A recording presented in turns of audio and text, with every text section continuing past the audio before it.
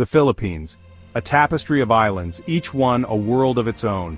Volcanoes pierce the sky, rice terraces paint the hillsides, and cities throb with a kinetic energy.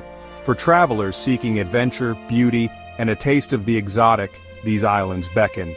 But navigating this paradise requires a guide, someone who can unlock its secrets and share its soul. Enter the tour guide. More than just a pointer of directions, a good guide is a storyteller, a cultural translator, a friend.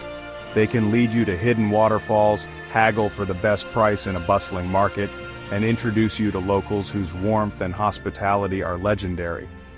In the Philippines, the relationship between a tourist and their guide can be particularly special. This closeness, however, can sometimes lead to blurred lines. The concept of tour guides with benefits has emerged, a phenomenon that raises questions about exploitation, cultural differences, and the very nature of travel.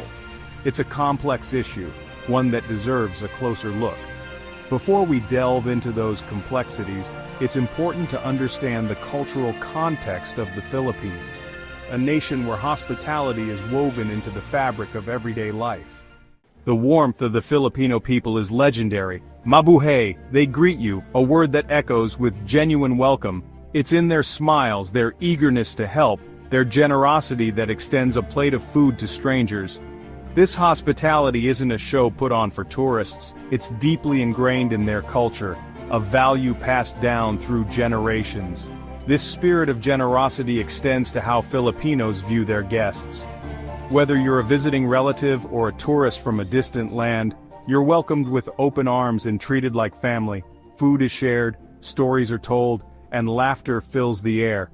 This warmth creates a fertile ground for genuine connections to form, making the Philippines a place where friendships can blossom quickly. For tourists, this hospitality is often one of the most memorable aspects of their trip. It's what makes them fall in love with the Philippines and its people. But this very openness, this willingness to embrace strangers, can also create situations where boundaries are blurred, and the line between hospitality and something more becomes difficult to define. It's within this context that the role of the tour guide takes on a particular significance. They become more than just facilitators of sightseeing, they are ambassadors of this warmth, this culture. Imagine yourself standing on the edge of a rice terrace, emerald green steps cascading down the mountainside. Your guide, a local with sun-weathered skin and a quick smile, points out details you'd never notice on your own. They don't just show you the sights, they unveil the stories behind them.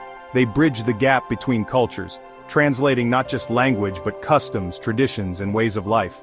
Conversations flow, shared jokes create intimacy, and soon, you're experiencing the country alongside a friend.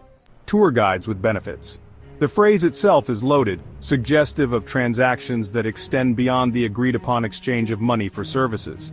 It hints at intimacy, at the blurring of professional boundaries, at the potential for exploitation. But the reality is often more nuanced, a complex tapestry of emotions, desires, and cultural differences. In some cases, it might be as simple as a guide staying out late with a tourist, sharing drinks and conversation long after the day's itinerary is complete. In other instances, it might involve physical intimacy, a fleeting encounter fueled by mutual attraction and the transient nature of travel. There are no hard and fast rules, no easy answers. What distinguishes this from a simple holiday fling is the pre-existing professional relationship. The guide, by virtue of their role, holds a position of power. They are the gatekeepers of experiences, the navigators of a foreign land. This power dynamic, whether acknowledged or not, casts a shadow over any romantic or sexual involvement. It's here that the ethical considerations come into sharp focus. Is it ever possible for such a relationship to be truly equal? Or is there always an inherent imbalance of power? These are questions that tourists, and indeed guides themselves, must grapple with. Section 5. The Ethical Tightrope, Navigating Complexities. The ethical considerations surrounding tour guides with benefits are thorny. If a tourist and their guide develop a genuine connection, who are we to judge? But the power dynamic muddies the waters. The guide may feel pressured to comply, fearing job loss or negative reviews. Cultural differences add another layer of complexity. Tourists must be aware that their actions have consequences. It's about encouraging awareness, respect, and asking difficult questions. Honest answers to these questions are crucial. Section 6. Holiday romances versus deeper connections. It's important to distinguish between tour guides with benefits and the more widely recognized phenomenon of holiday girlfriends or holiday boyfriends. The former implies a pre-existing professional relationship, while the latter typically refers to a romantic encounter between strangers, often with a clear understanding of its temporary nature. A holiday romance, fleeting as it may be, can be a beautiful thing. Two people from different worlds collide, sparks fly, and for a brief, glorious moment, they share a connection that transcends language and cultural barriers. It's the stuff of travel novels, of stolen kisses under starlit skies, of memories that linger long after the tan has faded. But even in these casual encounters, respect and consent are paramount. Just because someone is on holiday doesn't mean they're looking for a hookup. Just because a culture is perceived as more sexually liberated doesn't give anyone a free pass to disregard boundaries.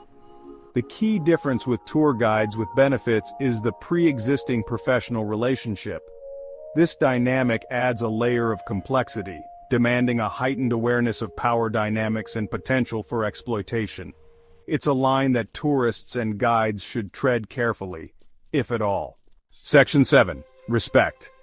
The cornerstone of authentic travel. Travel, at its best, is about more than just ticking off destinations on a bucket list. It's about opening yourself up to new experiences, challenging your assumptions, and connecting with people from different walks of life. It's about stepping outside your comfort zone and embracing the unknown. But this exploration should never come at the expense of others. Respect, that fundamental pillar of human interaction, should be the compass that guides our journeys. Respect for the cultures we encounter. Respect for the people we meet. Respect for the environment that surrounds us.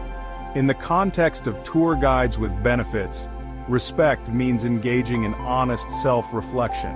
It means acknowledging the power dynamics at play and ensuring that our actions are not driven by a sense of entitlement or a disregard for the local culture. It means prioritizing the well-being and agency of those we encounter, even if it means sacrificing our own desires. Authentic travel, the kind that stays with us long after we've returned home, is rooted in respect. It's about building bridges of understanding, fostering genuine connections, and leaving a positive impact on the places we visit. Section 8. Building bridges, one journey at a time.